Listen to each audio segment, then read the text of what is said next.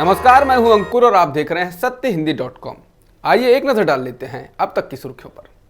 कांग्रेस में असंतुष्ट नेताओं के गुट G23 के द्वारा पार्टी नेतृत्व पर बनाया गया दबाव अब असर दिखाने लगा है। 5 राज्यों में हुई कांग्रेस की करारी हार के बाद G23 के नेताओं की बैठक गुलाम नबी आजाद के आवास पर हुई और इसी बीच कांग्रेस अध्यक्ष सोनिया गांधी ने आजाद से बातचीत की है।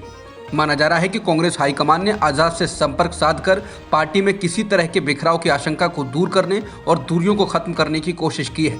सोनिया गांधी की गुलाम नबी आजाद के साथ बातचीत बेहद महत्वपूर्ण है क्योंकि G23 और कांग्रेस नेतृत्व के बीच में संवादहीनता की वजह से मीडिया में तमाम तरह की खबरें आने लगी हैं।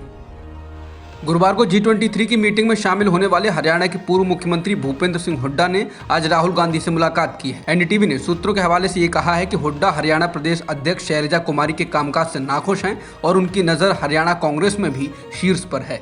बता दें, भूपेंद्र सिंह हुड्डा जो जनता के बीच काफी लोकप्रिय हैं, G23 की बैठक में शामिल होने वाले नए नेताओं में से एक।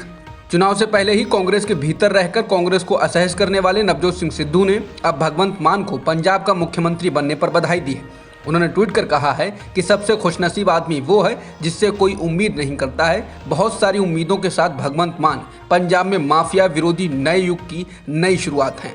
उम्मीद है वो इस अवसर का अच्छे से उपयोग करेंगे और लोगों की उम्मीदों पर खरा उतरेंगे, साथ ही पंजाब को खुशहाली के रास्ते पर भी ले जाएंगे। बता दें, राज्य में चुनाव हारने के बाद सिद्धू से प्रदेश कांग्रेस अध्यक्ष की जिम्मेदारी ले ली गई है। सिद्धू इस चुनाव में अपनी सीट भी बचाने में कामयाब नहीं हो पाए। उत्तर प्रदेश विधानसभा चुनाव में गठबंधन की हार के बाद राष्ट्रीय लोकदल प्रमुख जयंत चौधरी ने एनडीटीवी से बात करते हुए कहा कि 2024 में भी अखिलेश यादव के साथ ही चुनाव लड़ेंगे। इसके साथ ही जयंत ने दावा किया कि उन्होंने भाजपा को उन क्षेत्रों में हराया जो सांप्रदायिक दंगों से सबसे अधिक प्रभावित थे, जैसे मुजफ्फरनगर, शामली और मेरठ। जयंत ने कहा कि भाजपा ने कैराना में हिंदुओं के पलायन के मुद्दे को हवा दी, हमने उन्हें वहां हरा दिया। इसके अलावा संगीत सोम, उमेश मलिक और सुरेश राणा जैसे भाजपा के दिग्गज भी पश्चिमी यूपी में अपनी सीटें हार गए। जयंत ने कहा, ये चुनाव 80 बनाम 20 का नहीं था, हम काफ़ी सीटें 500 के आसपास वोटों से हारे हैं। हालांकि जयंत ने माना कि उनकी पार्टी जनता को अपना संदेश बहुत प्रभावी ढंग से नहीं पहुंचा सकी। रेटिंग एजेंसी मूडीज ने साल 2022 के लिए भारत के विकास अनुमान को 9.5% से घटाकर 9.1% कर दिया है। इससे पहले एजेंसी ने 2022 के लिए अनुमान 9.5% निर्धारित किया था, यानी इसमें 0.4% की कटौती की गई है। इसके लिए रूस और यूक्रेन के बीच बीते 21 दिनों से जारी युद्ध भी एक अहम वजह बताया गया है। मूडीज का कहना है कि ज्यादा मात्रा में ईंधन और फर्टिलाइजर आयात सरकार के पूंजीगत व्यय को सीमित कर सकता है। पूंजीगत व्यय सरकारी खर्च का वो हिस्सा होता है जिसे सरकार सड़क, स्कूल, राजमार्ग, डैम, रेल जैसे फिक्स एसेट्स पर खर्च करती है। मूडीज के मुताबिक यूक्रेन पर रूस के हमले से आर्थिक विकास को नुकसान होगा, जिसका असर भारत पर भी पड़ेगा। प्रवर्तन निदेशालय यानी ईडी ने पश्चिम बंगाल की मुख्यमंत्री ममता बनर्जी के भतीजे और टीएमसी नेता अभिषेक बनर्जी और उनकी पत्नी रुजिरा को कोयला ब्लॉक आवंटन घोटाले की जांच में शामिल होने के लिए तलब किया है। एजेंसी ने अभिषेक बनर्जी और उनकी पत्नी को 21 से 22 मार्च को जांच में शामिल होने को कहा है। इससे पहले दिल्ली हाईकोर्ट ने 11 मार्च को अभिषेक बनर्जी की उस याचिका को खारिज कर दिया था जिसमें उन्होंने ईडी के सामने पेश होने वाले समन को चुनौती दी थी। छत्तीसगढ़ के मुख्यमंत्री भूपेश बघेल ने कल पक्ष और विपक्ष के सभी विधायकों के साथ चर्चित द कश्मीर फाइल्स फिल्म देखी।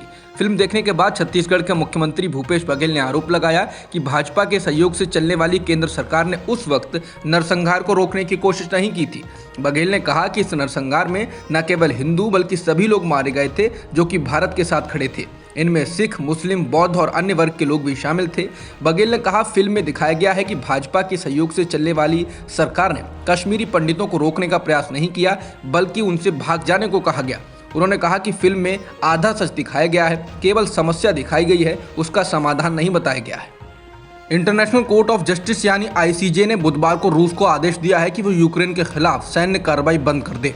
दुनिया भर की सबसे बड़ी इस अदालत ने कहा कि वो इस युद्ध को लेकर बेहद गंभीर रूप से चिंतित है। रूस के द्वारा युद्ध शुरू किए जाने के बाद यूक्रेन इस मामले को ICJ में ले गया था। ICJ में भारत के जज दलवीर भंडारी ने भी रूस के खिलाफ वोट किया, जबकि इससे पहले भारत संयुक्त राष्ट्र सुरक्षा परिषद की बैठकों में रूस के खिलाफ वोट करने से बचता रहा है। ICJ में यूक्रेन ने रूस पर आरोप लगाया था कि वो इस युद्ध को गैरकानूनी रूप से सही ठहराने की कोशिश कर रहा है। यूक्रेन ने ICJ से कहा था कि वो रूस को युद्ध बंद किए जाने को लेकर आदेश दे। यूक्रेनी अधिकारियों ने कहा कि रूसी सेना ने मारियुपोल में एक थिएटर को नष्ट कर दिया है जहां बुधवार को सैकड़ों लोग शरण लिए हुए थे। इसके अलावा अन्य शहरों में बमबारी से आग लगा दी गई है।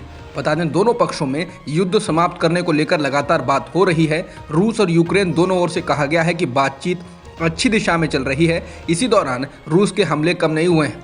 वहीं बुधवार को यूक्रेनी राष्ट्रपति वोलोदिमीर ज़ेलेंस्की ने रूसी हमले को रोकने के लिए और अधिक हथियारों के लिए अमेरिकी कांग्रेस से तत्काल अपील की।